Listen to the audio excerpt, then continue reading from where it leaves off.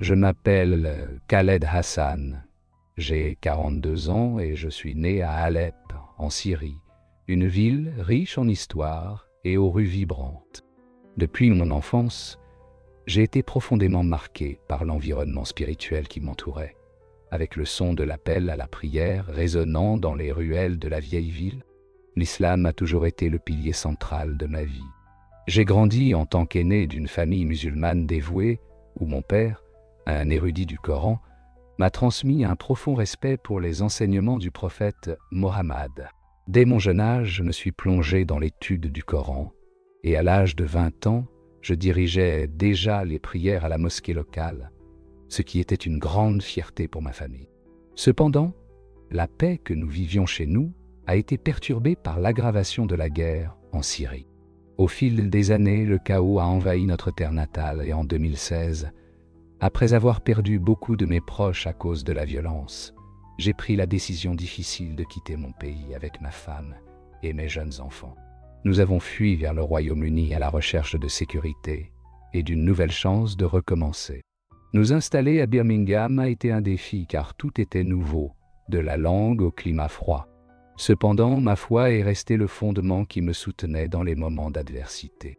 C'est alors que je suis devenu imam d'une petite mosquée, où je me suis mis à guider d'autres immigrés qui, comme moi, avaient été forcés de laisser derrière eux leur maison et leur vie.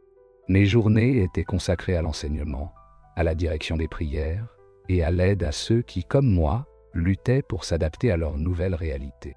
Je me voyais comme un pilier de foi et de certitude, enseignant à mes fidèles que l'islam était le véritable chemin vers le salut, une vérité en laquelle je croyais profondément. Cependant, je n'avais jamais imaginé que mes propres convictions seraient mises à l'épreuve d'une manière que je n'aurais jamais pu anticiper.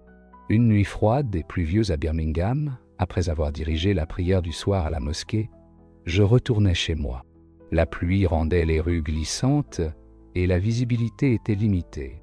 Mon esprit était concentré sur le sermon que j'avais préparé pour le vendredi suivant, pensant à la manière dont je pourrais inspirer ma congrégation à approfondir leur foi. Mais, soudainement, alors que je conduisais dans une rue animée, une voiture est arrivée à grande vitesse, en sens inverse. Avant que je ne puisse réagir, le véhicule a perdu le contrôle et a percuté de plein fouet le mien. L'impact fut dévastateur, et mon corps fut projeté violemment en avant, plongeant tout dans l'obscurité. Lorsque je repris un léger sens de conscience, je pus entendre des voix étouffées et sentir une douleur aiguë envahir mon corps. Les ambulanciers travaillaient rapidement pour me retirer des débris, et l'un d'eux dit « Il est dans un état critique, nous devons l'amener à l'hôpital immédiatement ». Dans l'ambulance, je perdais et retrouvais conscience, sentant ma vie s'échapper. Mais je m'accrochais aux mots de la Shahada, les répétant dans mon cœur « Il n'y a de Dieu qu'Allah et Mohammed est son messager ». À notre arrivée à l'hôpital, mon état était grave. J'ai été immédiatement emmené en réanimation et ma famille a été informée que mes chances de survie étaient minimes. J'avais de multiples fractures, des hémorragies internes et une grave blessure à la tête. Le bruit des machines autour de moi et les tubes qui m'aidaient à respirer étaient tout ce que j'entendais. Au fil des jours, mon état ne s'améliorait pas. Et les médecins ont dit à ma femme que la seule chose qu'ils pouvaient faire était d'attendre et de prier. Mon corps était pratiquement sans vie sur le lit d'hôpital, mais quelque chose d'extraordinaire se passait à l'intérieur de moi, quelque chose que je n'avais jamais pu imaginer. Une nuit, tandis que ma famille priait à mes côtés, je sentis mon esprit se séparer de mon corps. C'était comme si je flottais au-dessus de la chambre, observant ma propre forme sans vie, entourée des machines. Je vis la douleur sur le visage de ma femme et les larmes dans les yeux de mes enfants. Je voulais pouvoir leur parler, leur dire que j'étais encore là, mais je ne pouvais pas. Une force étrange semblait m'attirer, me conduisant dans un tunnel sombre, et la peur s'empara de moi. À mesure que je me déplaçais dans le tunnel, une sensation croissante de malaise m'envahissait. L'obscurité était dense, et l'air semblait lourd, comme si quelque chose d'invisible me comprimait. Les murmures que j'entendais se renforçaient à mesure que j'avançais, leurs voix pleines de tristesse et de désespoir. Mon cœur battait de manière irrégulière, et malgré mes tentatives de crier, aucun mot ne sortait de ma bouche. À chaque pas, la peur grandissait, et puis, soudainement, le tunnel s'ouvrit, révélant un paysage désolé. Le sol était brûlé, et l'air, chargé de l'odeur suffocante de soufre, rendait tout encore plus oppressant. Des ombres se déplaçaient au loin, et les cris résonnant dans l'air me glacèrent jusqu'aux os. Je compris alors que je n'étais plus dans le monde que je connaissais. Je savais que, selon ma foi islamique, ce qui m'attendait dans l'après-vie était le paradis pour les justes et l'enfer pour les pécheurs.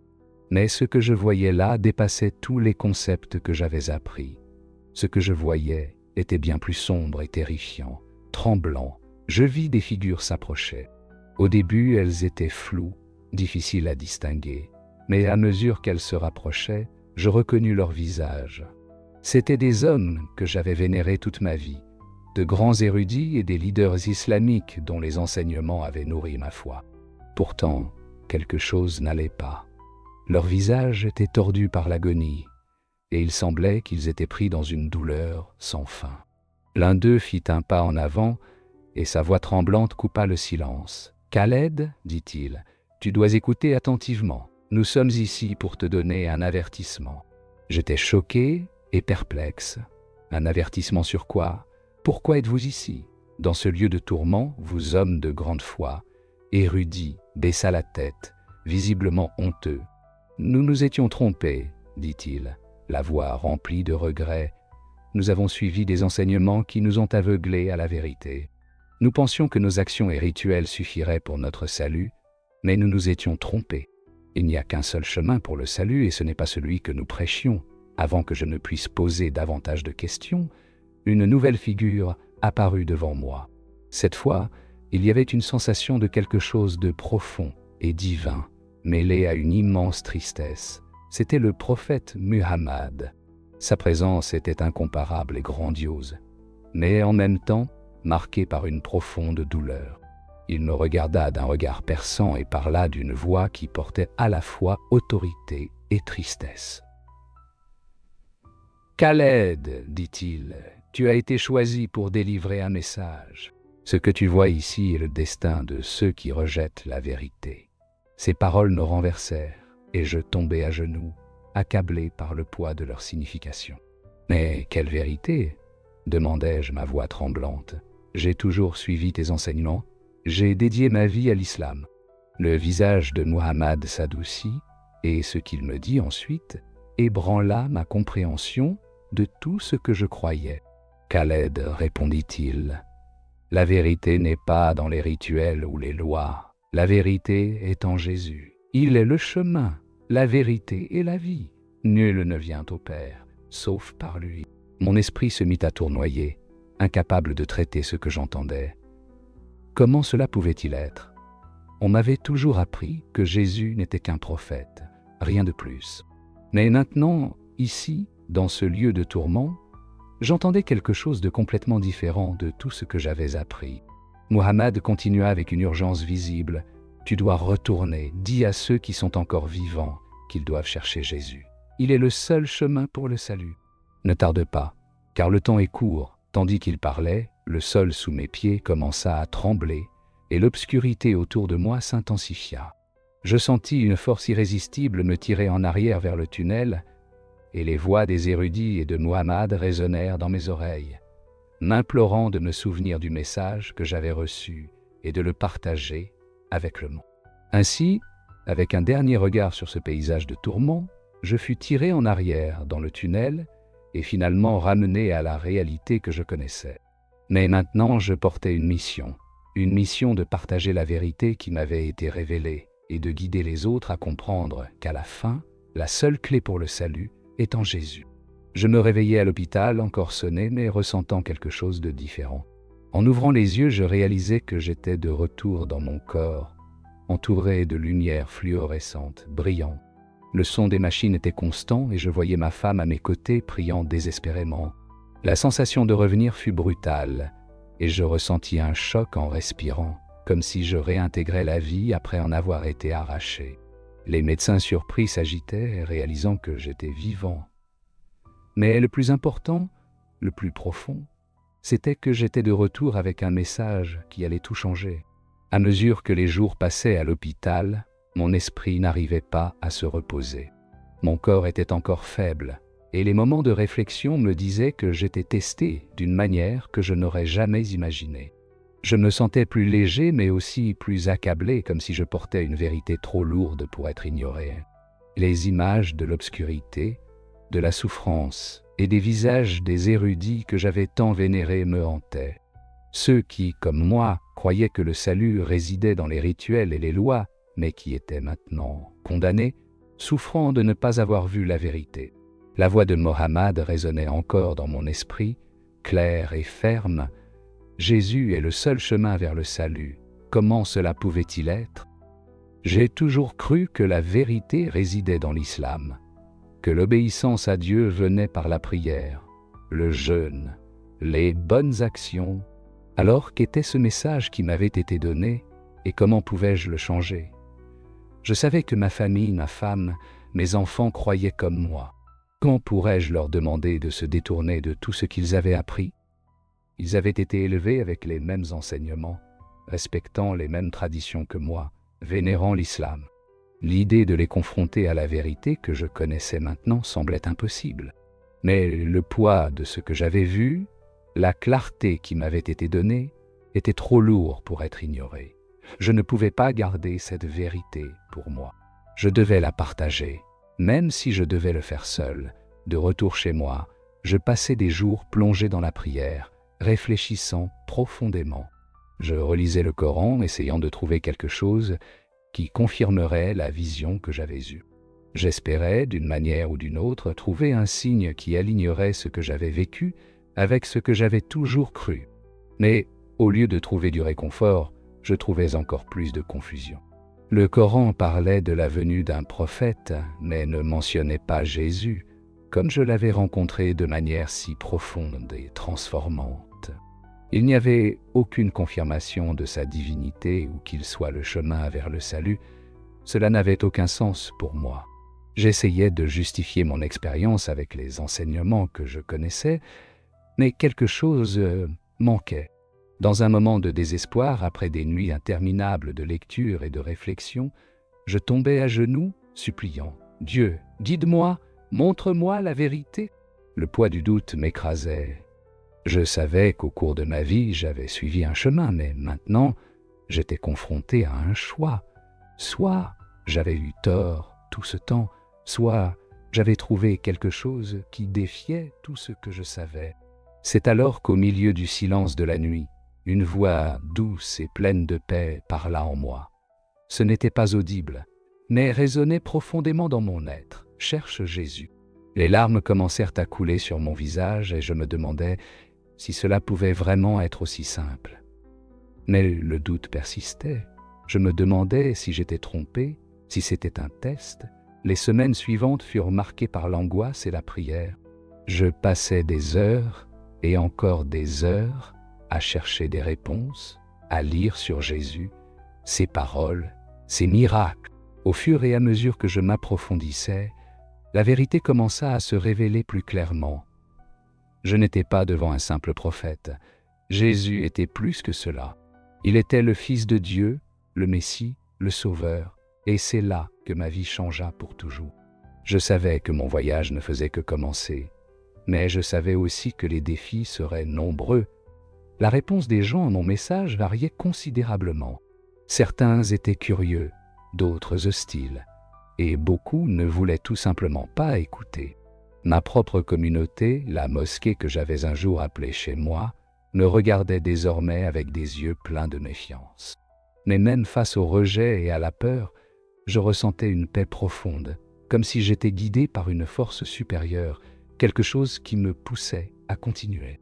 Jésus, la vérité que j'avais trouvée dans mon expérience, m'avait transformé d'une manière que je ne pouvais pas complètement expliquer, mais que je savais être réelle. À chaque conversation, à chaque témoignage, ma foi se renforçait. Je passais des heures à étudier les Écritures, me plongeant dans la vie de Jésus, essayant de comprendre plus profondément son amour, ses enseignements et sa mission. Je sentais que ma mission n'était pas seulement de partager ce que je savais, mais aussi de vivre cela, de refléter dans ma vie la vérité que je portais désormais. Je savais que cela signifiait suivre l'exemple du Christ, vivre avec amour, compassion et avec un but clair. Le rejet n'a pas été facile à gérer. Souvent, je me suis retrouvé seul, ressentant la douleur de la perte d'amis et de dire de n'importe Paul fier de leur dire le beau se péchidia. Plusieurs membres de ma famille qui ne pouvaient pas comprendre ma transformation. Je ne voulais pas être vu comme un traître, mais comme quelqu'un qui avait trouvé la véritable lumière. J'ai été défié dans ma propre compréhension, dans ma propre identité. Mais chaque jour qui passait, il devenait de plus en plus évident que ma mission n'était pas seulement la mienne, mais quelque chose de divin. Je n'étais plus le Khaled d'avant le leader musulman, mais le Khaled appelé à annoncer l'Évangile. Les semaines passèrent, et avec elles, la réponse de ma communauté fut mitigée. Certains commencèrent à écouter plus attentivement, à questionner, à réfléchir, peut-être même à envisager que peut-être j'avais trouvé quelque chose qu'ils ne voyaient pas encore. D'autres s'éloignèrent, condamnant mon choix, disant que je trahissais mes racines, ma culture et ma foi d'origine. Mais le poids de la vérité, l'amour de Jésus me soutenait, et je savais que peu importe ce que les autres pensaient, mon appel était plus fort que n'importe quelle opposition. La vérité que je partageais n'était pas la mienne. C'était quelque chose qui m'avait été donné, quelque chose que je ne pouvais pas nier. Les mois se transformèrent en un cycle constant de défis et de petites victoires. À chaque personne qui écoutait mon histoire et commençait à comprendre, à chaque âme qui, d'une manière ou d'une autre, était touchée par le message de Jésus, je sentais que le royaume de Dieu grandissait dans ma vie. Même dans les adversités, je devenais plus fort, plus convaincu, sachant que j'accomplissais la mission qui m'avait été confiée. Et ainsi, avec un courage renouvelé, je continuais à partager ce message, sachant qu'à chaque pas, Jésus était avec moi, me guidant vers le but plus grand qu'il avait réservé pour ma vie. À chaque défi, ma foi se renforçait, mais la douleur du rejet était difficile à supporter. J'ai été marqué comme quelqu'un qui avait trahi sa culture, ses racines, son identité. La douleur était plus profonde, car il ne s'agissait pas seulement de la perte d'amis et de membres de la famille, mais aussi de ma propre position au sein de la communauté dans laquelle j'avais grandi. Je n'étais plus seulement Khaled, l'imam respecté, mais l'homme qui avait osé dire que l'islam n'était pas le seul chemin vers Dieu. La réponse de beaucoup fut cruelle, mais au milieu de l'hostilité, je ressentais une force qui ne venait pas de moi. C'était la certitude que le message que je partageais n'était pas le mien, mais quelque chose de divin. La peur, le doute, la colère, tout cela était des obstacles que je savais que je devais affronter. Mais ma mission était claire, partager la vérité sur Jésus, le seul chemin vers le salut. Alors que je marchais dans les rues, visitais des maisons et parlais à ceux qui voulaient écouter, la réaction était généralement la même, le rejet. Beaucoup voyaient mes paroles comme une menace pour leur foi et leur identité, quelque chose qu'ils devaient combattre. Mais je savais que l'Évangile n'est pas quelque chose qui peut être arrêté. Il est puissant et réel, et j'avais été choisi pour être un messager de cette vérité. Les rencontres avec ceux qui me voyaient comme un traître étaient fréquentes. L'un des moments les plus difficiles fut lorsque j'ai été confronté à ces hommes dans la rue. La peur était présente, bien sûr. Ils voulaient me faire taire, me faire fermer ma bouche. Mais à ce moment-là, quelque chose à l'intérieur de moi s'est renforcé. Peu importe ce qui m'arriverait, je savais que la vérité que je partageais ne pouvait pas être effacée. Je me suis rappelé les paroles de Jésus dans Matthieu 10:28. « Ne craignez pas ceux qui tuent le corps, mais ne peuvent tuer l'âme. » Ce verset résonna dans mon esprit alors que je faisais face à l'opposition. Ma vie maintenant se résumait plus à moi ou à ma sécurité, mais à accomplir le but que Dieu m'avait donné. Je devais dire la vérité, quel qu'en soit le prix. À mesure que les jours passaient, le combat intérieur entre la peur et la certitude de mon appel continuait. Je ressentais le poids du rejet de tous autour de moi, mais je vivais aussi une paix intérieure venant du fait que je suivais le chemin que Dieu avait tracé pour moi. Je savais que ce que j'avais trouvé était réel. C'était la seule vérité qui pouvait apporter une véritable paix et un salut. Puis, avec le temps, j'ai commencé à voir de petits changements. Certains ont commencé à écouter plus attentivement. D'autres ont commencé à poser des questions. Et certains ont même commencé à chercher la vérité par eux-mêmes. La graine était plantée, et je savais que même face à l'opposition, cette graine grandirait. Ce n'était pas ma force ou mon éloquence qui faisait la différence, mais la vérité de Jésus qui avait le pouvoir de transformer les cœurs. Le combat n'était pas seulement dehors de moi, mais aussi à l'intérieur de moi. Chaque jour était une lutte. Mais je savais qu'en fin de compte, Jésus avait gagné. Il était la vérité, le seul chemin, et j'étais prêt à suivre ce chemin, coûte que coûte. Les jours s'étiraient, et la lutte devenait de plus en plus difficile. À chaque pas, chaque rencontre semblait être un test pour ma foi, un défi pour ma conviction. Le rejet auquel je faisais face n'était pas seulement des paroles, mais des gestes et des attitudes. Des amis qui s'éloignaient, des regards remplis de jugement, des portes qui se fermaient. Je me demandais souvent si je faisais ce qu'il fallait, si cette vérité valait vraiment le prix que je payais. Mais même dans les moments de doute, il y avait quelque chose en moi qui ne me permettait pas d'abandonner. Je savais que ce n'était pas moi qui menais ce combat, c'était Dieu qui m'appelait à témoigner de son Fils. Chaque parole que je partageais, chaque conversation que j'avais, était une occasion de semer une graine de vérité. Je ne pouvais pas contrôler la réaction des gens, mais je savais que j'accomplissais la mission pour laquelle j'avais été appelé. Plus important encore, je savais que je n'étais pas seul.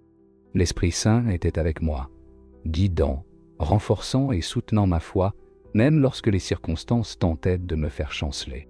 Il y a eu des nuits où la peur me consumait et les doutes surgissaient avec force. Mais en me tournant vers les Écritures, j'ai trouvé du réconfort dans les paroles de Jésus.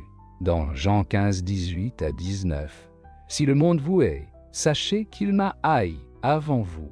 Si vous étiez du monde, le monde aimerait ce qui est à lui. » Mais ces paroles m'ont rappelé que la haine et le rejet auxquels je faisais face n'étaient pas personnels, mais faisaient partie du chemin que je suivais. Jésus a aussi été rejeté, et sa vérité a été la cible de l'hostilité. Mais il n'a pas abandonné, et moi non plus, je ne pouvais pas. Je savais qu'à un moment donné, les portes se refermeraient de manière permanente pour beaucoup, et ils auraient perdu l'opportunité d'entendre la vérité. C'est pourquoi je continuais, même quand il semblait que mes paroles tombaient sur des oreilles sourdes. Je savais qu'à la fin, c'était l'Esprit Saint qui convaincrait les cœurs. Mais mon rôle était de semer, et c'est ce que je faisais avec courage et fidélité.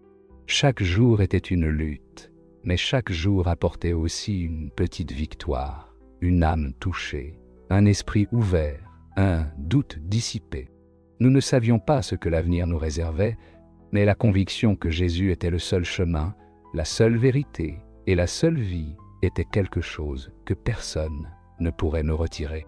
Et tant qu'il y aurait du temps, tant qu'il y aurait de la vie, je continuerai à témoigner, parce qu'à la fin, la vérité du Christ prévaudra toujours.